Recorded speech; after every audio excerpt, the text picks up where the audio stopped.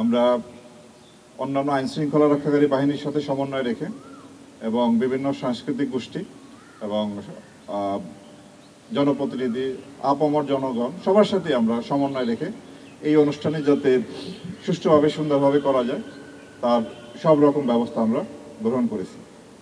আপনারা জানেন যে ঢাকা শহরে এই অনুষ্ঠান আজকে থেকেই শুরু হতে যাচ্ছে। চৌরাড়ি উদ্যানে একটি ব্যান্ড শো আছে আজকে, কালকে সকাল থেকেই ঢাকা শহরের বিভিন্ন প্রান্তে এই অনুষ্ঠান হবে। তার মূল অনুষ্ঠান থাকবে রমনা বটমূলে। এরপরে শোভাযাত্রা আছে, চারুকলা কর্তৃক আনন্দ শোভাযাত্রা করা হবে। রবীন্দ্র সরোবরেও দিনব্যাপী অনুষ্ঠান আছে। মানিক মিয়া অভিনীতিও বিকাল থেকে রাত পর্যন্ত বিভিন্ন অনুষ্ঠান আছে। এছাড়া ঢাকা শহরের বিভিন্ন জায়গায় এই অনুষ্ঠানটি উদযাপিত হয়। আমরা সর্বপ্রকার নিরাপত্তামূলক ব্যবস্থা গ্রহণ করেছি। আমাদের আপনার ভিতরে ফুট পেট্রোল থাকবে, সাদা পোশাকে আমাদের নজরদারি থাকবে, রাস্তায় আমাদের মোটরসাইকেল টহল, গাড়ির টহল থাকবে। আমাদের আপনার এই এলাকাটি, এই ভেন্যুটিকে আমরা সুইপিং করব।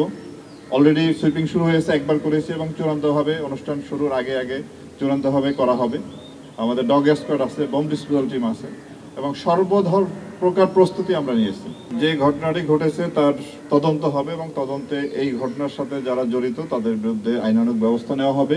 এবং আমরা এও খতিয়ে দেখছি যেখানে আমাদের নিরাপত্তার দায়িত্বে যারা ছিলেন তাদের কোনো ঘাটতি ছিল কিনা সেটা অনুসন্ধান করে দেখা হচ্ছে এবং যদি সেরকম কিছু পাওয়া যায় অবশ্যই তার বিরুদ্ধে ব্যবস্থা নেওয়া হবে। আপনার যতগুলি অনুষ্ঠান হয়েছে, যেমন ধরেন বিজয় দিবস, এরপরে খ্রিস্ট ধর্মদের যে বড়দিন, ইংরেজি নববর্ষ, আন্তর্জাতিক মাতৃভাষা দিবস, স্বাধীনতা দিবস, তারপরে মাসব্যাপী রমজান এবং সর্বশেষ যে ঈদ অনুষ্ঠানটি হলো, প্রত্যেকটি অনুষ্ঠানেই নিরাপত্তার বিষয় এসেছে এবং আমরা আপনাদেরকে আশ্বস্ত করেছিলাম যে আমরা ইনশাল্লাহ নিরাপত্তা দিতে সক্ষম হব এবং আমরা সেইভাবেই প্রত্যেকটি অনুষ্ঠানে আমরা যথাযথভাবে সম্পন্ন করতে সক্ষম হয়েছি। এবং আমার তো মনে হয় যে পূর্ববর্তী যে কোনো বছরের তুলনায় এবারে সবগুলি অনুষ্ঠান নিরাপত্তার দিক দিয়ে বলেন, আনন্দ উৎসাহের দিক দিয়ে বলেন, সুন্দরভাবে সম্পন্ন হয়েছে এবং একই ধারাবাহিকতায় আমরা এই নববর্ষের অনুষ্ঠানেও